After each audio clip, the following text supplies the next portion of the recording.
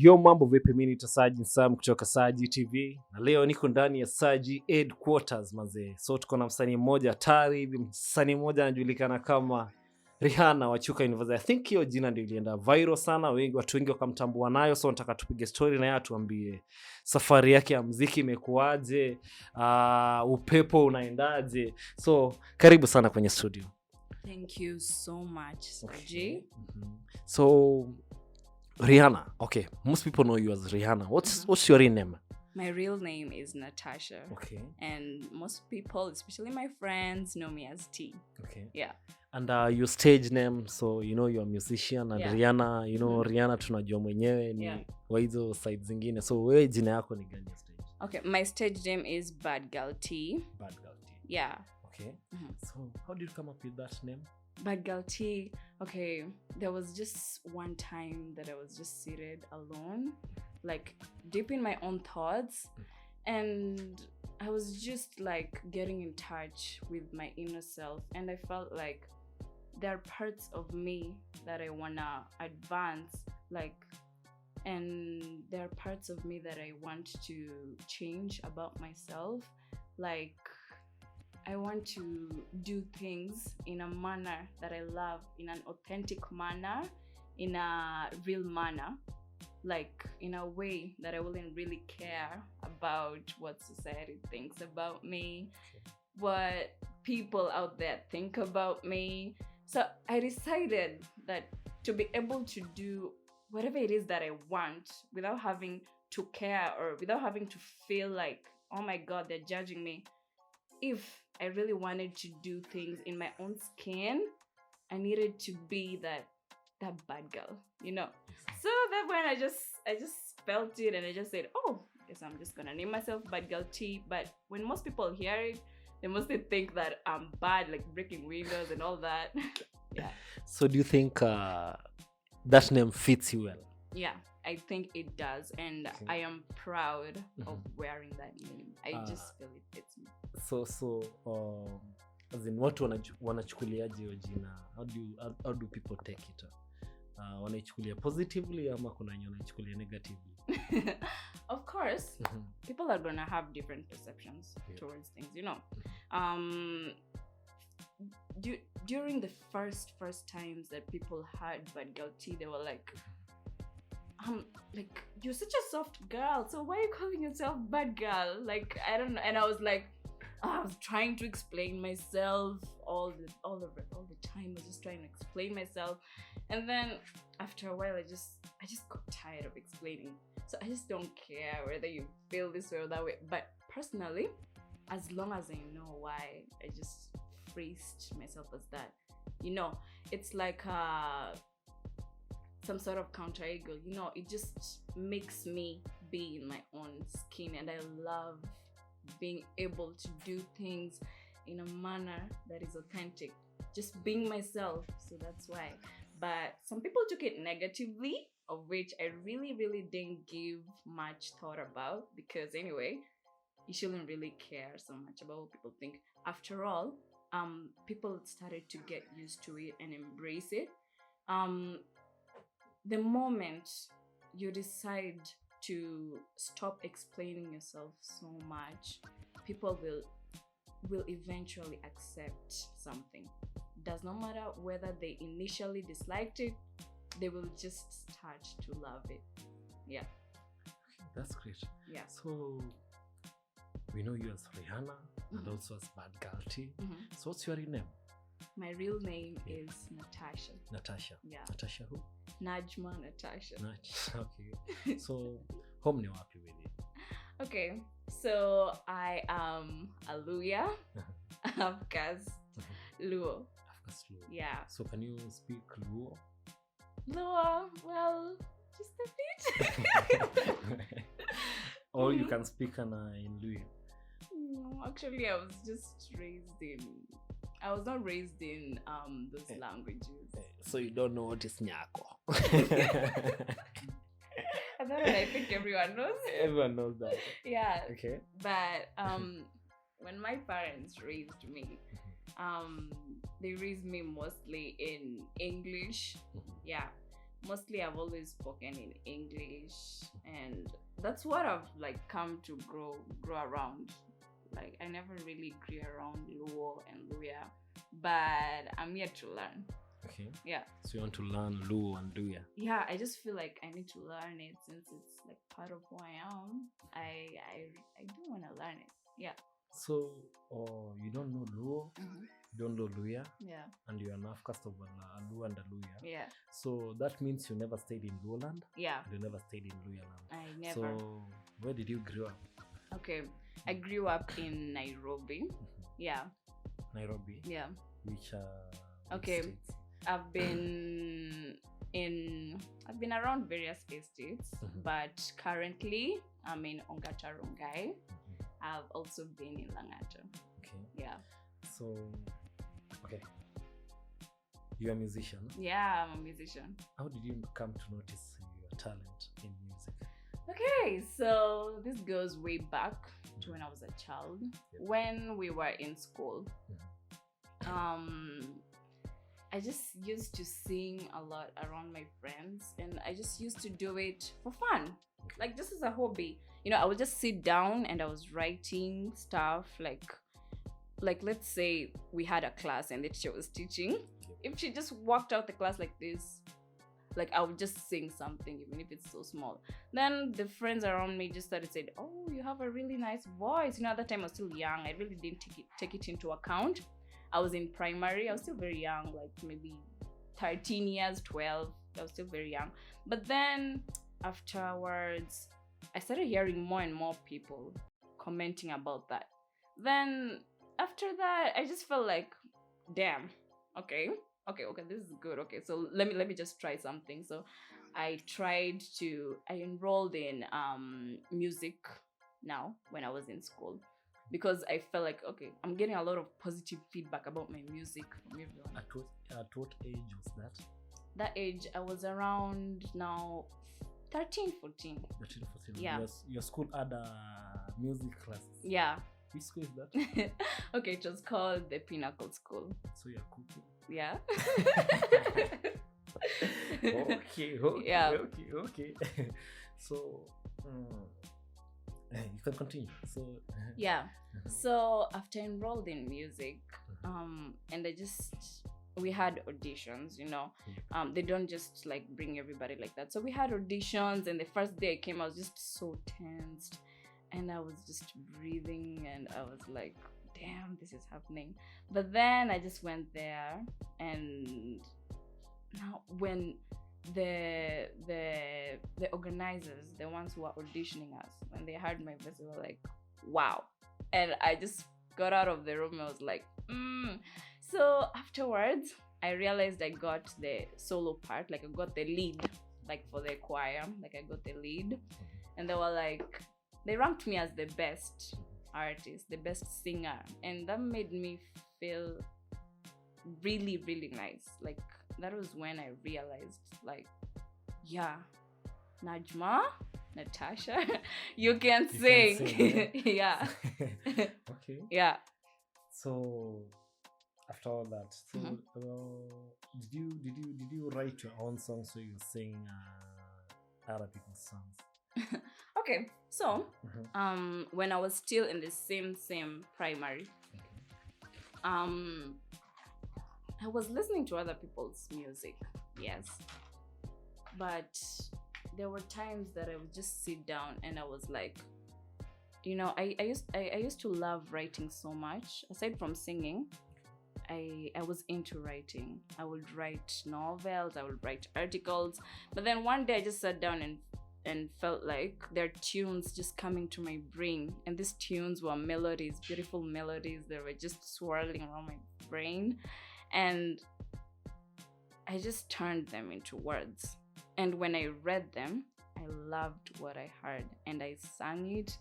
And I showed my friends around and they loved it. It was a beautiful song and I still remember it to date. And it was amazing. It made me feel like, yeah, you can write your own songs. Like you just can't only sing other people's songs, but you can also do your own stuff. Yeah. Okay. So I've known you for a while, but I've known your songs. musician, Yeah. but I'm shocked that your first song you released it recently. Yeah. So, what have you been singing? Which songs have you been singing? How did people know you as a musician and yet you had not released any song? Okay, so this goes down to why people call me Rihanna or Chuka. Okay.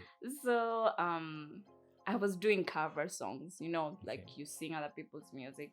So I am a huge fan of Rihanna. So most of the time her music were the ones I was doing covers of, like, because her vocal range and mine are in synchronicity. So like I felt a lot of comfort while singing her songs.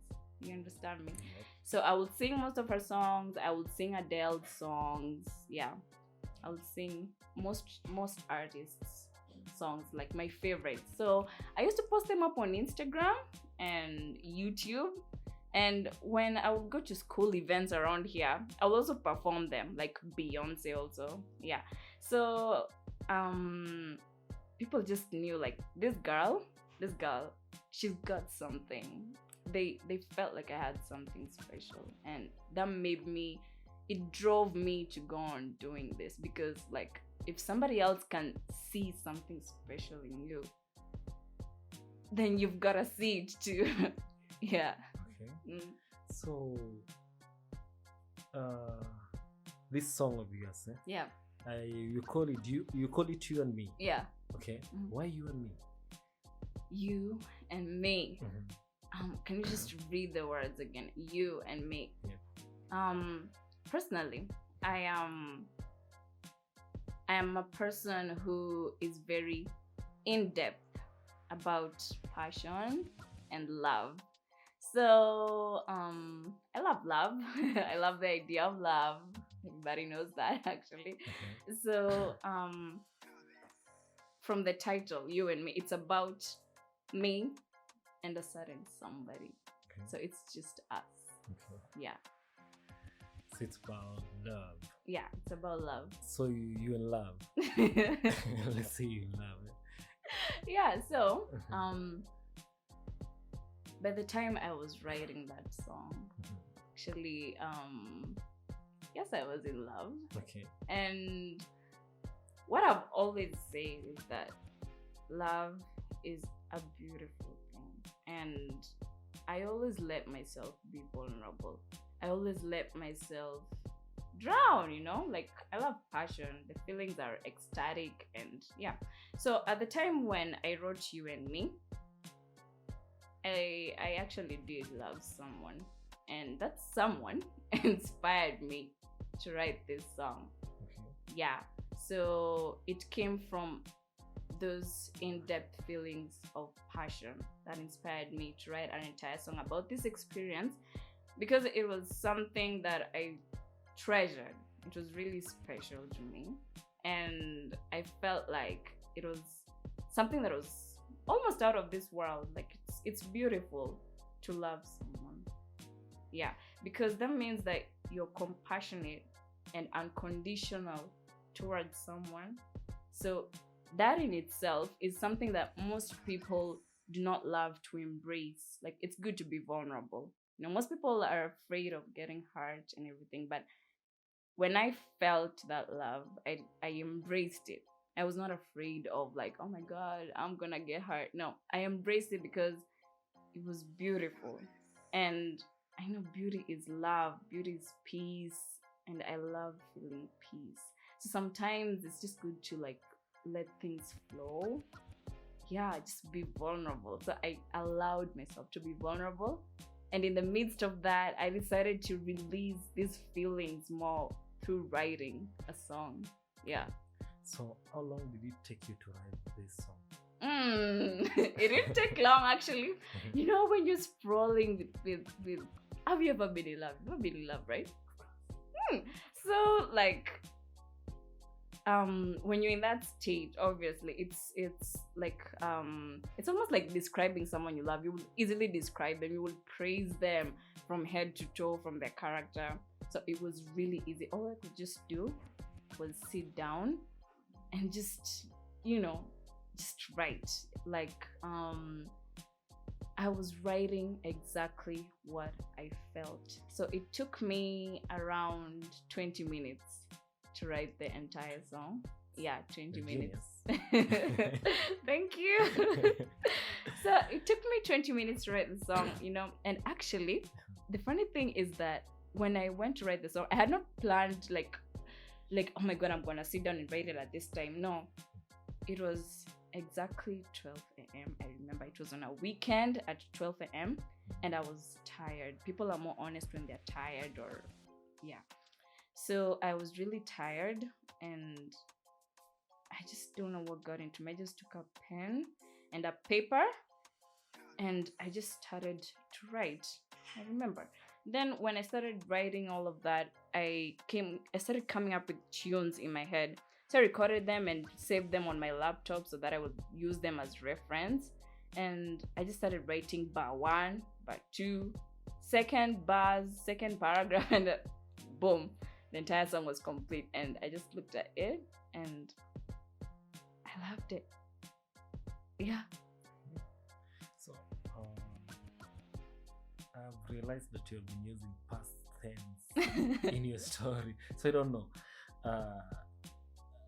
Is the love still on? Or what happened? Okay. So now this is where I go more in depth into the elaboration of You and Me. You and Me is not just a love song. You and Me also has its okay, the first part of the song displays love and passion, but the second part displays some heartbroken energy, you realize. So let me answer your question from scratch. Let me elaborate how it came up. So the day that I was going to the studio, I had 2 songs with me. Okay, 2 songs. One was a love song and one was this heartbreak song. So the producer had told me to pick one song, since it was evening, it was late, it was like around 8 p.m. So I could only manage to do one song because of the time, I was traveling. Yeah. So I meditated between both songs, like which one was better. Both of them sounded really, really good in my ears, and I played it for my producer and my manager. My manager was also there, so he's always there in my recording session. So, and they loved the love song and they loved the heartbreak song. So we were like, oh my god, which one are you gonna choose? So they were like, they loved both, so they just placed it on me, like, to choose which one. But I was still unable to, I'm a very indecisive person. I could take hours to choose something. So then the producer just snapped and he said, what if we combine the two? What if we combine this love and heartbreak song? Okay. And I was like, damn, wow. And then I was like worried because both of them have different chord progressions. And how are we gonna fix 2 songs with different dynamics, different tunes into one? But then we tried either way. It's all about trying. You'll never know until you try. Yeah. So producer got on his deck and I went on the mic. So we just started. We didn't even know where to start. All we just knew, we just started 2 different songs, different choruses, different verses. But all we knew is that we had to merge them. So we did. We started with the love song. At that time, I called it My World because it was a love song. Yeah. So, okay. I love this. So, by the time I had started singing, when we reached in the middle, at the chorus, it's just you and me. We now decided to know where we're going to place the verses of the heartbreak song. Then at first we tried to fix them and it was like, oh my god, it's not working. So I was stressed. I was like feeling so bad. But then after a while, it just snapped in my head and I came up with an idea, like to give some space in between and something crazy came up. And the producer was like, yeah, that's gonna work. So we merged the 2, the love and heartbreak, and it was perfect. So when now we merged the two, it no longer became just a love song. It now became both a love and heartbreak song. So I was like, what title am I gonna give both a love and heartbreak song? Because I can't say I can't give it just I can't be biased towards love or heartbreak. So I have to give it a title that universally captures the entire theme. You get? And that was sort of hard. But then my manager actually snapped with, why don't we call it you and me? And I was like, yeah, like it's me and that person, like it's us, like love and heartbreak. So from there, we had now you and me. And personally now, after the song was completely done, after hours and hours of work, it took like 6 hours to complete the entire song, 6.5 hours. So after the song was done, now I tried to find meaning now towards the song now as a whole, like that. So, and this now just got me back to my love story and all of that. And it reminded me of how like I loved somebody, but in all essence, in all universe of existence, it was not meant to be between us. So it directly synced with the song, and I found meaning in it. So like the way I interpreted it, it's just a love story between two persons who broke apart simply because it was not meant to be.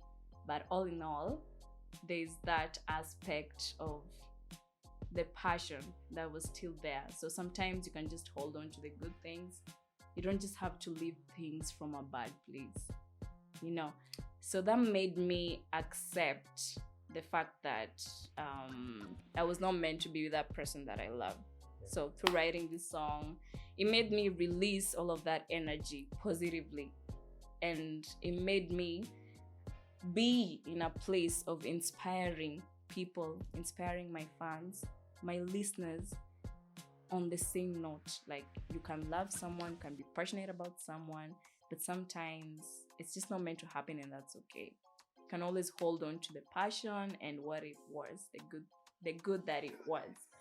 Yeah. That's Okay. yeah.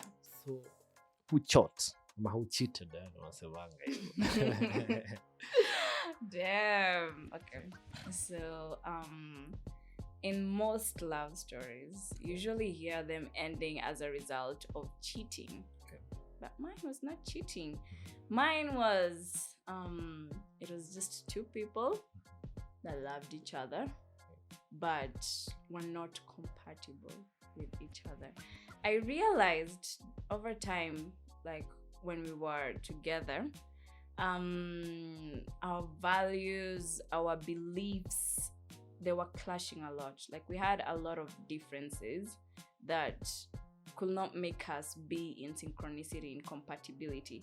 And when I emphasize on this, it's not just something small. Like, I know that true love has got to have pain and all that stuff, but when you experience something like a sort of pain or toxicity in a relationship, something that compromises your well-being, your state of mind, and your overall state, then it just has to go. So in our case, I loved this person so much. I had so much passion and love for this person, but I realized that what I wanted and what this person wanted, they just did not click.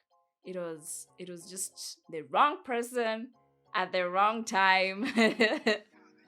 And on emphasis about like what I said in my YouTube channel, there's a description that I've placed there.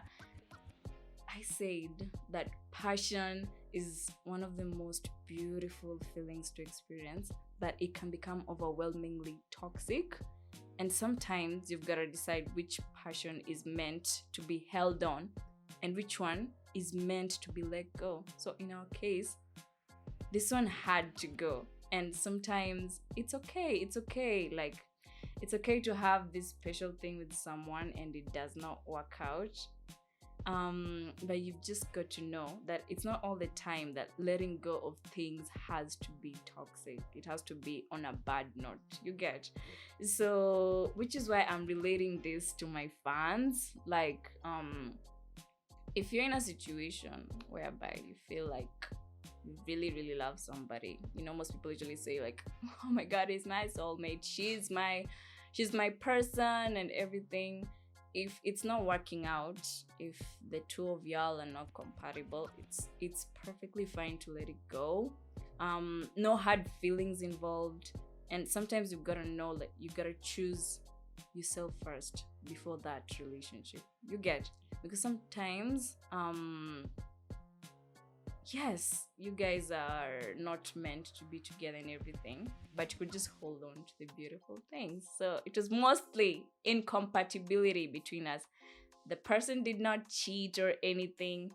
And so I just let that person go on a good note, such that even when I wrote the song, I felt a lot of peace in my heart, knowing that I loved somebody and I felt this strong feeling towards someone. And I loved that person enough to let them go because it just was not meant to be. That's okay. Yeah. Okay. Yeah. So generation yetu watu husema mkikwazana na mtu wako unaoga na unarudi soko. So sijui kama wewe umeoga ukarudi soko ama waja kuambia sabuni waliacha wapi. Oh my God. Okay, I see your question. So currently, oh my God, I am just I don't know. Okay. Currently, I'm single. Okay. Yeah, I'm single. And it's because I am allowing myself time for the right person. I know that there's somebody for me out there. So I just don't want to hope into anything just yet. But right now, I'm ready. I'm ready to mingle again. I'm open for it because I already moved past whatever happened before. So right now, I'm ready to fall in love again and all that. And yeah, because right now I've got to focus on my personal development, which is very, very important to me. So I wouldn't want anything to sabotage that. But I'm ready for something new again. So which type of a person can a bad girl T date? Okay. A bad girl T would love somebody that prioritizes her. That is the first thing. And I don't mean prioritizing me beyond your own well-being, but I mean prioritizing me enough to respect me. I need somebody who respects me because I am a very, very, very I'm a very, very loving, compassionate person, and I respect people who I love. So I will expect the same from somebody. And furthermore, the right person for me is somebody who just gets me. You get, and that's where all the compatibility comes in. If I'm with somebody who does not really get me as a person, then it's not really gonna work. Do you understand me? I need somebody who understands that I do this because of this, I do this because of that. And yeah, I need somebody who genuinely loves me and respects me, and somebody who does right by me, acts on his word. Yeah. Can you date a specific tribe or can you date any tribe? Okay, so I can date any type so long as they match my preferences and values. I will date them. You know, sometimes one mistake that we make is we usually go for people because of type, when sometimes the one that you actually want is the person is that one who is just going to give you that proper character development, you know. So go for somebody who you actually need, yes, you might want this person and everything, but sometimes you don't always have to have everything that you want. You could go for somebody who values you, you get, because at the end of the day, you're gonna learn to love that person. You can learn to love. Yeah, it's just as easy as boiling an egg. So I will just go for anybody who fits my preferences, anybody who prioritizes me, or anybody who respects me. That is the person that I'm gonna go for, the person that God has for me. Yeah. So let's go back to your song, You Mhm. and Me. You Yeah. said you just took 20 minutes Yeah. to write it. Yeah. So ulifanyia production wapi? Or the production ulifanya wapi? So I did my production in Nairobi. Okay. There's a place called Feta. So I produced my music with a producer called Mosby. Okay. Mosby Beatbox Productions, Okay. and he is a very, very, very talented person. He's a very, very talented producer. Actually, when I went to the studio, actually, when I was coming up with these tunes, he would know exactly how to synchronize them with the harmonies and the piano, and he would know exactly what to place where.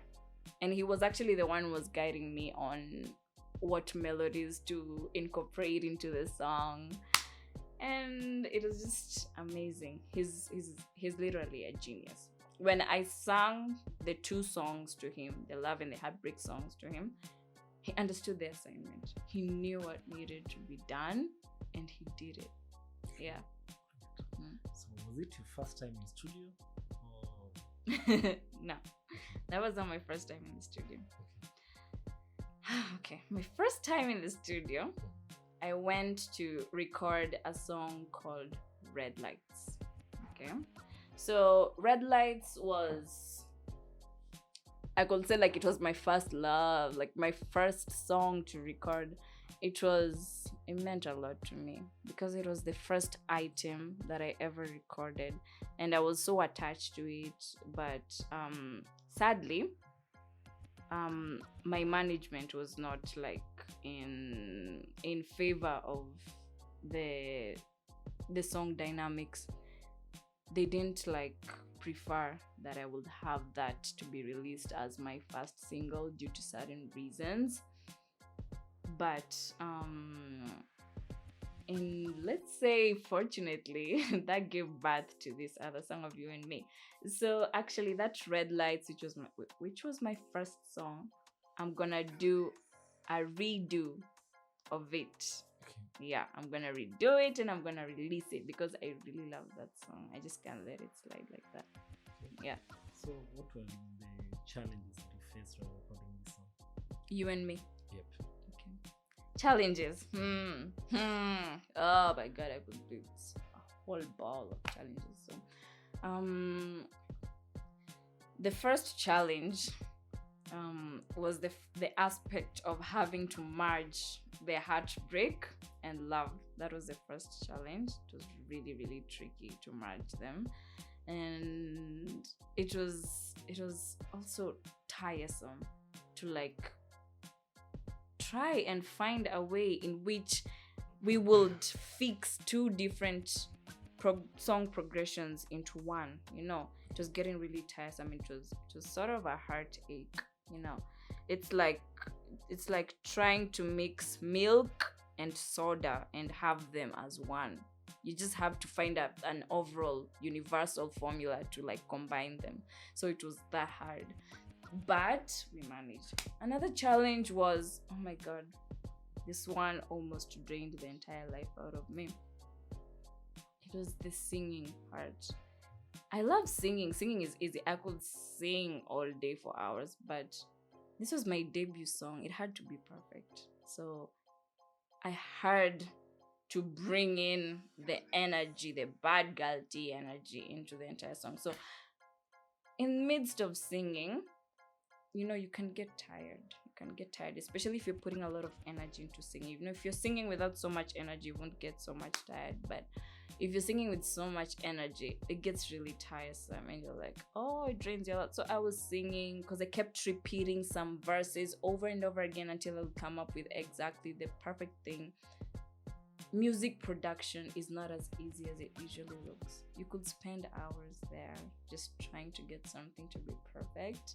And especially me, I am a perfectionist. If it's not perfect, then I won't have it. So I wasn't stopping. If I would notice one small issue, I would redo the entire verse because I wanted it to be that good.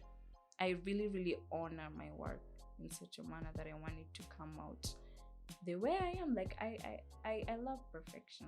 I know the entire idea of perfection does not really exist in all general sense, but in my world it does exist in the sense that if you have the capability to do something to your best, then that's my perfection. You've got to do it. So singing was also kind of cumbersome because I had to repeat some lines over and over again, some different keys that I had to try, like with my voice.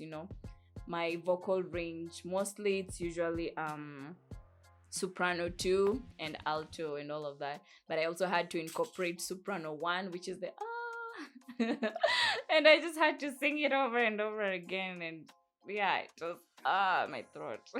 yeah so yeah. Okay. So how long did it take you to produce that song? Maximum it took me to produce that song was 6 hours, because we did not start scratch from the singing. We started from beat making. The beat was not alive at that time. We started from the beat making. So, and I have never ever before been involved in beat making. So this was new for me. So I was like, oh my God, how long is this going to take?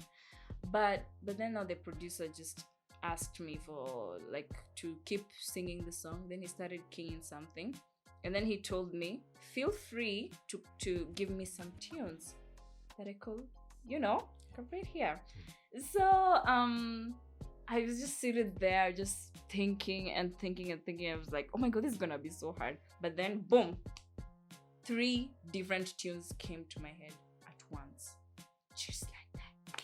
So we have if you listen carefully to the song, there's the ooh, ooh, ooh. That is the tune that goes throughout the entire song. That is the tune that came first into my head. So the producer just placed it on the piano, and he was like, damn girl, you're a genius. And I was like, So then from there, another tune came to my head, and it was like, and then he keyed that one in. Then he combined the two, and it was perfect. Then now my manager was also there. He also came up with a tune that we found it will fit in the middle of the song, and it was incorporated inside there. So the producer his only job now was to merge all of these tunes into a musical harmony and incorporate other keys of emotion. Okay, he did that so perfectly, and when I listened to the beat, it was amazing, and I was so happy. I was like, this is my first song and it sounds so good. So from there, I told him some things that I needed added to the beat, like the bass. I love bars. I like when I put my song on a woofer, I just hear but we decided not to put too much of it. Yeah. So from there, I just sang and sang. Then after the 6 hours, the entire song was done, and I was so happy, and it was amazing. We called it a day of hard work. Yeah. Is that what you want to say? Well, total. Well, yes, I could say. Okay. But now the entire song production. Masterings, those things. Okay. The first day it was 6 hours max took 6 hours. But now that was the demo. There's something called a demo in music. That's usually the first piece that you're given when you're moving out of the studio. It's still unmastered. It's just fresh from the studio. It's unmastered, untouched. It's raw. It's the raw version that the producer gives you to counter check on whether there are errors, anything that you feel could be added. So he gave me that, and he told me that the official main version of the song will be ready in like a week. Yeah. So, and it was true. After a week, everything was ready. And now all I had to do was start doing a pre-marketing so that I would prepare for the release date. Yeah. Okay. The song has been produced. Mm-hmm. You've posted it. Mm-hmm. What was the reaction? Oh my God. It was amazing. I cannot even start to explain what I felt. Have you ever felt like you are at the top of a mountain, like it's just you and you alone? So this is how it went down. I premiered the song at 10:30 a.m. 8th of March. It was on a Friday. So I remember at around 10 a.m. I just sat down on my laptop, like just waiting, because it was like 30 minutes left to like premiere. So the countdown was like 30 minutes left. You know, there's usually a countdown when you premiere. So I was just there. I didn't want any disruptions. I was not even receiving any text messages. I was like, guys, just let me be. Like, let me just wait for my song. So I was so nervous. I was so anxious. I was like, oh my God, how many views is my song gonna get? It was so much. But then it reached 10 a.m, 10:12, 10:13, 10:14, 10:15, 10:20, 10:25, 5 minutes remaining, 10:26, 10:27. Then it just started doing the countdown quickly, and I just saw the numbers going and going.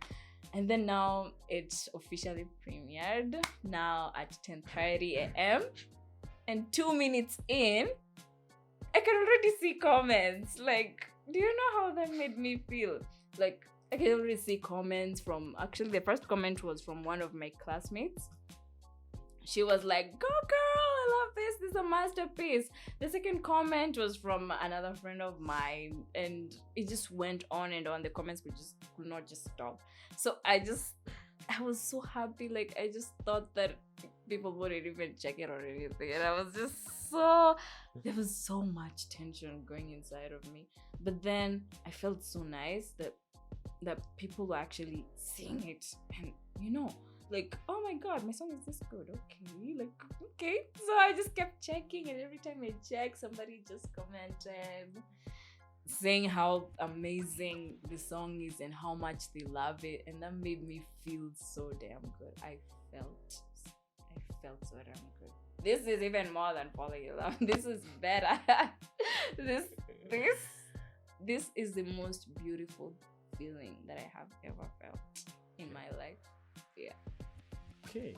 So I heard you mention about your classmates. So you still in school? Yeah, I'm still in school. Where do you school? I school in Chuka University. Okay. And I am currently in my 4th year of study, pursuing Bachelor of Psychology. Yeah. So where do you see yourself as a musician? Do you want to continue with music, or you want to continue with your education? So this is how it's gonna be. When I started to pursue psychology, I was not very much serious about music. It was just something music was something that I saw as a hobby, more of a hobby. I was not considering its professional aspect, you understand me? But then as the years went by and I was still doing psychology, by the way, I loved psychology from the time I picked it, actually. I picked it. It's not something that I was forced to pick or anything. So as I went on pursuing psychology, I realized that my heart is with music, and music is what I want. So personally, ever since I was young, I've always had a dream of attaining academic excellence, and part of this was like pursuing psychology in order to attain those perfect grades. I've always wanted to get these perfect grades. So me pursuing psychology was, yes, I do have a passion for psychology, but I also want to see myself get these grades, get my degree, have this degree as a woman and as me as a person. Like, makes me feel so good to have this learned knowledge, because psychology is a very, very interesting career. You get to understand why people do things the way they do. You get to understand how the minds of people work. You get to understand how you can curb with normal daily life issues and how you can help others. That fascinated me. That's why I went for it.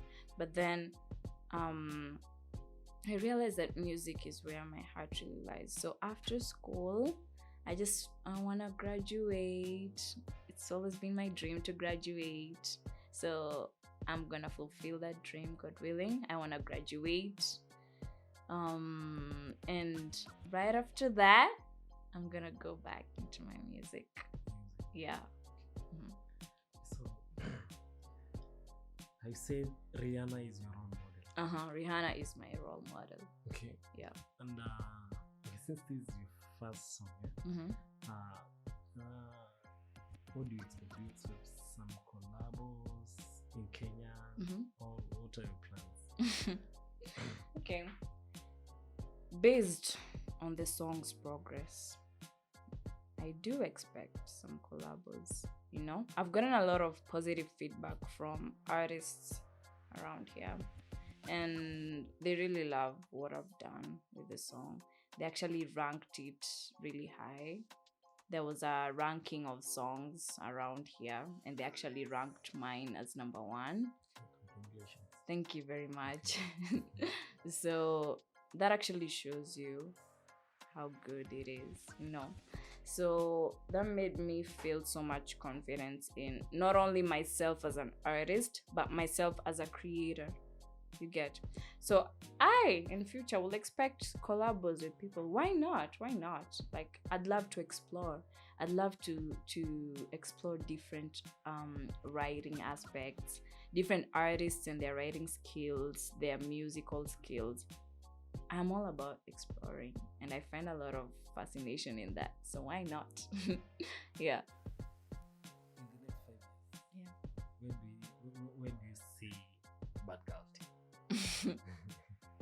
In the next 5 years,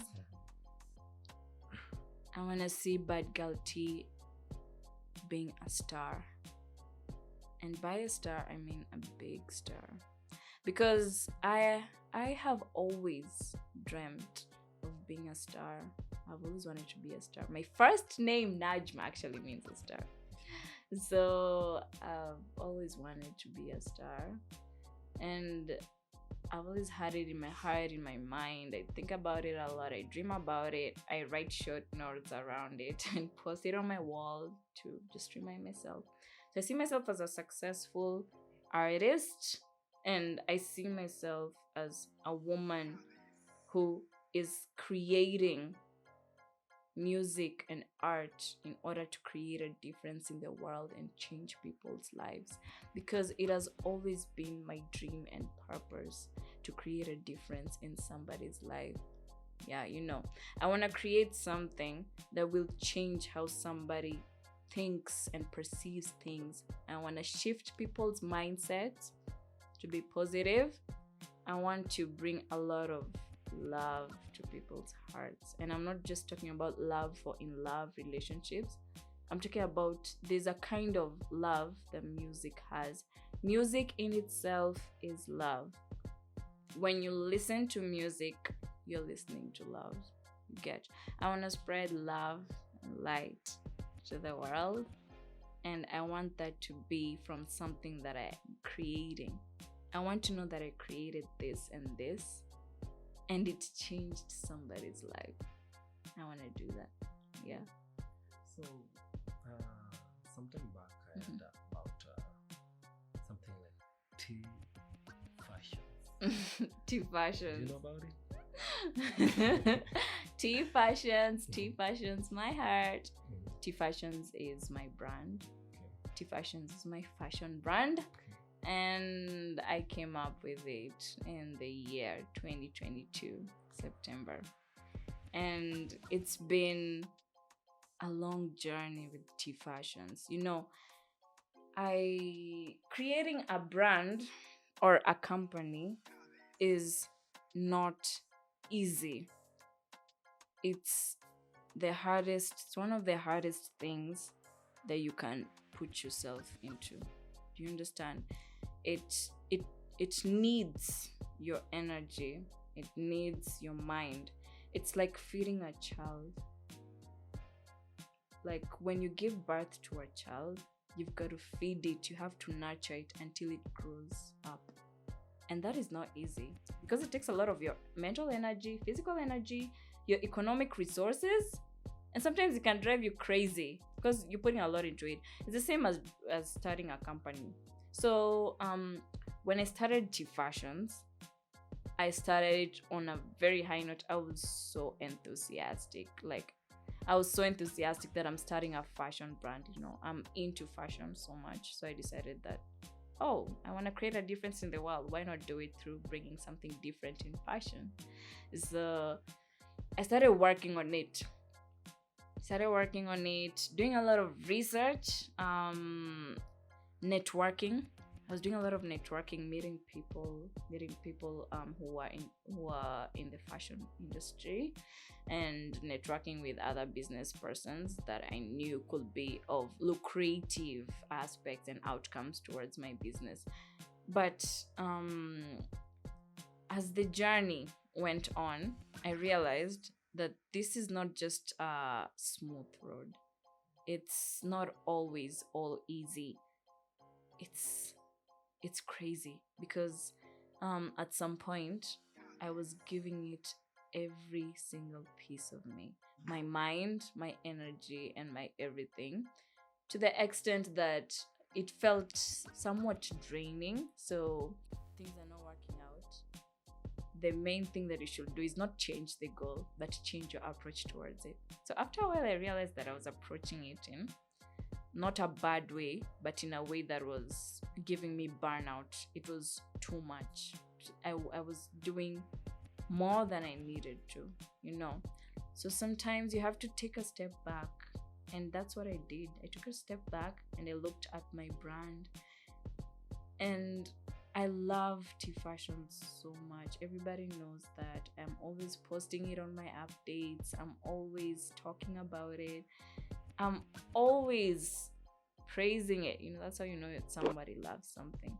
So I decided to approach it with a more like lenient way towards myself, in a way that I wouldn't have to strain, because on this other side I'm doing music, and on this side I'm doing T Fashions.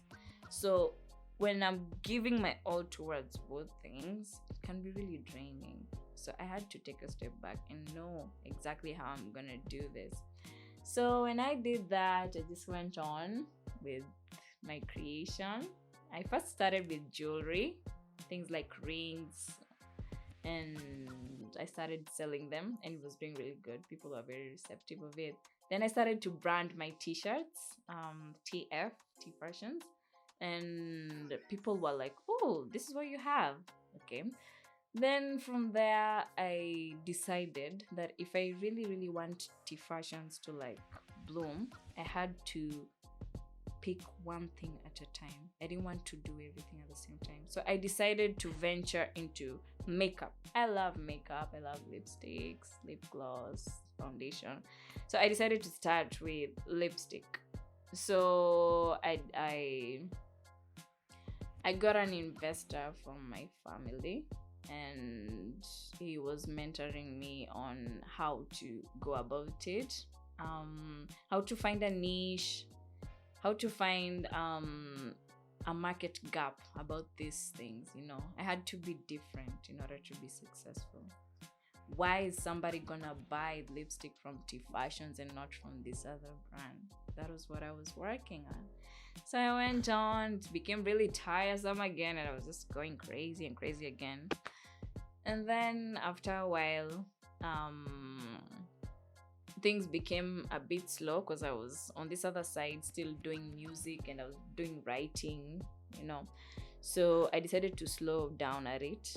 But then, right after my first music project was done, I decided to, like, you know, embark on T fashions full on now. Like, I have my entire mind on it now. It's not half energy, it's not burnout energy. So currently, working on my first lipstick still now, this time with a much different approach. And my aim is to create a difference, just like I said. I want people to love my products. I want to create products that are different, unique, that serve a certain need that other products don't serve. So I'm intending to launch it before I finish school. God willing. Yeah. Praying for you. Thank you so much. Okay. Yeah. So, what is your take Mm-hmm. on musicians who are throwing words to each other? So natusiana hapo. I think umefuatilia muziki wa Kenya? Yeah, there is a lot going in Kenyan music. Okay, for instance, let's be specific with the Don Mm-hmm. and Otile Brown. Yeah. Yeah. What's your take on this story? Okay, so first and foremost, I'm not gonna really take sides, Okay. but what I can say is that most of this musical chaos and comparisons that artists in Kenya usually are engaged in is usually merely for clout. Okay. It's not usually really personal. They're doing that so that we can have our attention at them.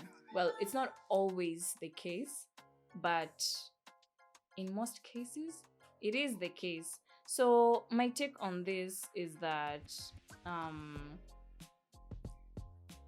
I really don't find it to be like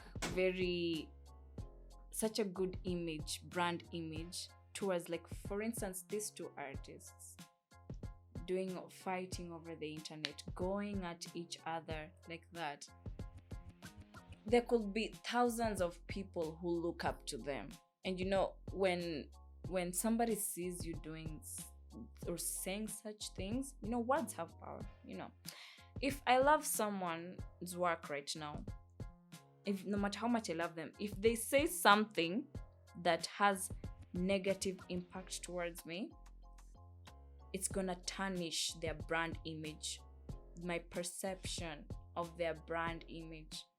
And that is how they will lose me, both as a fan or as an anything. So I feel like some of these things are not usually really necessary, but most of the time they do them for clout, to get all that attention from people. And because sometimes, you know, music, it's not easy. So people try to find ways, any way in which they could trend, you know? They could get people talking about them. If you have people talking about you, whether negatively or positively, you're gonna sell. So that's what it's all about. And that's messed up. Because if the music content creation is going so much as to make somebody clout chase, find the need to clout chase, then that simply means that there's a huge there's something lacking. Do you understand? People don't just clout chase for nothing. Like, people clout chase when they feel as though their relevance is dimming down. And why is their relevance dimming down? They probably don't have the viable resources. They don't have well-off content that is actually good enough to sell itself on its own. They don't have support from other artists. And one thing I realized is that musicians in Kenya, most of us we are not really supportive of each other, and that is very wrong. You're supposed to support your own. How on earth do you expect to grow if you cannot support your own? You understand? And that's where all this cloud chasing comes in. It's because we are constantly looking down on each other's artists when we are supposed to be a family. Yeah. Okay. Mhm. So when Otile Brown interview with Oga Obina, Mm-hmm. he said that there are no international artists, Mm-hmm. not in Kenya, Mm-hmm. not in Uganda, but he said in East Africa Yeah. we don't have an international artist. But people are saying, like, you don't know Diamond, Diamond. So I don't know. What's your take on that? About Diamond being No, it, about international. us not having an international artist as East Africans. Okay. Personally, my view is that to some extent he is right, to some extent, because right now, if you take a Kenyan artist to perform out there, nobody's even gonna notice them. And that's the sad truth. We are only famous around our realm, around our region, because of our music, yes, but it's mostly because we don't have the viable resources and everything. But also, viewing it from an alternative perspective, I would say there are artists who are really, really, really making it international, like Nikita Kering. I love Nikita Kering. And I feel like her music is not only heard in East Africa, but I've heard of other people overseas hearing her music. And there was some time she was in the New York Billboard or something. I saw something like that. So I feel like she's also heard out there. That means something. That means something. And it means that we are capable. It shows that there's hope. The only problem is that there's a lot of corruption in the music industry, and we don't have like the viable networking and resources necessary to push us. It's all about marketing and money, So if honestly we were able to market ourselves viably, properly, if labels were willing to push their artists to greater heights, I'm sure most of us will be international by now. But most of the labels are mostly concerned about eating the artists' money. They're not more concerned about their growth. They're more concerned about what they can get out of those artists, and that is now deeming artists. When you keep taking, these labels just keep continually taking and taking. When you keep taking and taking from someone, you leave them with nothing, so they can't go beyond what they're meant to be. So their light is dimmed, their shine is dimmed, and they only shine from a lower level. They can't go international. Yeah. So there was an argument from various artists, like maybe Kering said like this. He said that Chris Brown is a local artist in the States because that's their home. Just the way Kenyans are local artists in Kenya. So if Chris Brown comes to Kenya, that's when he becomes an international artist. International artist. But on the other side, Willie Paul say that he's an international artist because there's this song that he did with Alain, the one that goes like "Yes I Do." Yeah, that song. Yeah, I think that song went international. Yeah, it did. It did really good. So maybe, on the other side, you can say that we have international artists. Do. Okay, so Rihanna, Natasha, Mhm. Najma, Mhm. bad girl too. Uh-huh. Okay, so let's say, do you want to own a production company or just want to be singing? Okay, so I do wanna own a production company. I do, but that's gonna be later, not now, because as of now, I wanna focus first on building myself as a solo independent artist. You know, you just can't start building a house from the roof. You've got to start from somewhere, a foundation. I've got to create a foundation for myself before I can think of creating an entire company.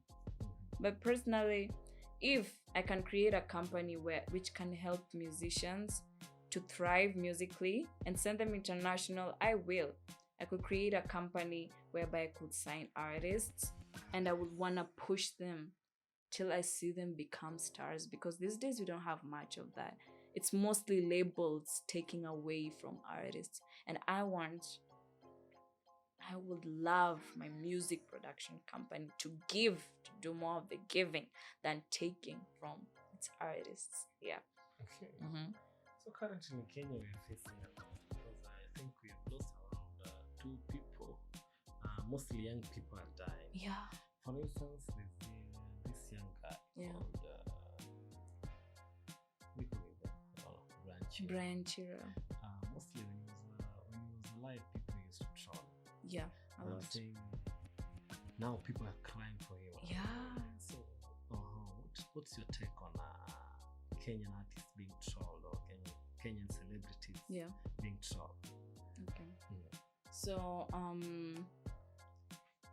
when Kenyan celebrities are usually trolled, it's usually because of controversial matters about them. It's either because of who they are personally, what they stand for, or the kind of things that they actually do. Remember, the Kenyan content industry is filled with so much cloud chasing. And cloud chasing involves a lot of controversial matters that are up for debate, matters that are up for questioning. There's no way on earth I'll see somebody on TikTok doing something really strange and I just keep quiet. I'll be like, oh, I'll be disgusted. And I'm gonna share that news with somebody else and all of that. And we're gonna troll that person. You know, we find him queer or something. So people troll these artists because of some queer things that they do or what they stand for. But again, people troll these artists for another reason. Some artists are actually doing genuine work and they are thriving. You get? So they are very confident and honest in everything that they say. People don't like hearing the truth. Remember that. People don't like hearing the truth because the truth always hurts. So if some artists are actually authentic and they're true and authentic in what they say, they're not plastic, you get? So people would troll them because they actually speak things that these people don't want to hear. In the Kenyan content industry, people have made it that in order to thrive, you've got to give people what they want to see, what they want to hear, so that they can love you. Otherwise, they're not going to love you. They're going to troll you if you're telling them things that they don't want to hear. Yeah. So for aspects like Brian, there may have been some controversial matters that he was involved in, which could have made people to troll him that way. Yeah. But then when artists pass away, that is when people feel the need to give their flowers to these people. And that is very, very plastic. That is very fake, actually. Why wouldn't you love that person when they were alive? Like, why wouldn't you give them their flowers when they're still alive? You understand? Yeah. Which shows so much that people are actually, they just troll for absolutely no gain. They just do it because they can, because it satisfies their ego. You understand? Because why then, if these people pass away, they show love, they're out here contributing thousands of money, but when they're alive, they're just watching him suffering like that. Why when this person dies is when you want to give out money like this? That is so plastic. If you really, really, really are a supporter of something, you gotta support it all through. There is no in between. Yeah. Okay. Yeah. So let's continue the story. So maybe people want to hear you sing. Oh. Want to hear you sing. Want to hear When I hear my sweet voice. Yep. Okay. Okay. Just So- a little. What will I sing? Your song. Hmm? You sing My your song? Yeah. Okay, my lovey-dovey song. Okay. Yeah. You and Me goes like this. Words can describe this feeling inside. So strong, I thought it was a dream. Your eyes met mine, my heart beat fast. You held my hand and called my name.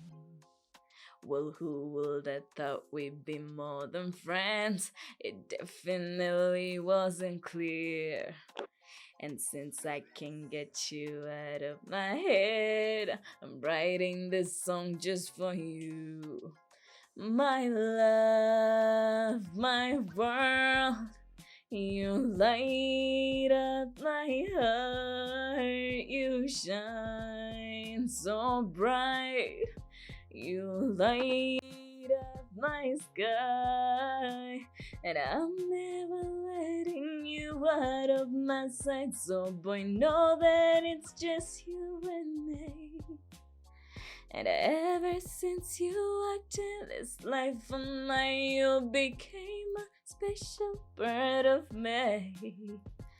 And I'm never letting you out of my sight. So boy, know that it's just you and me.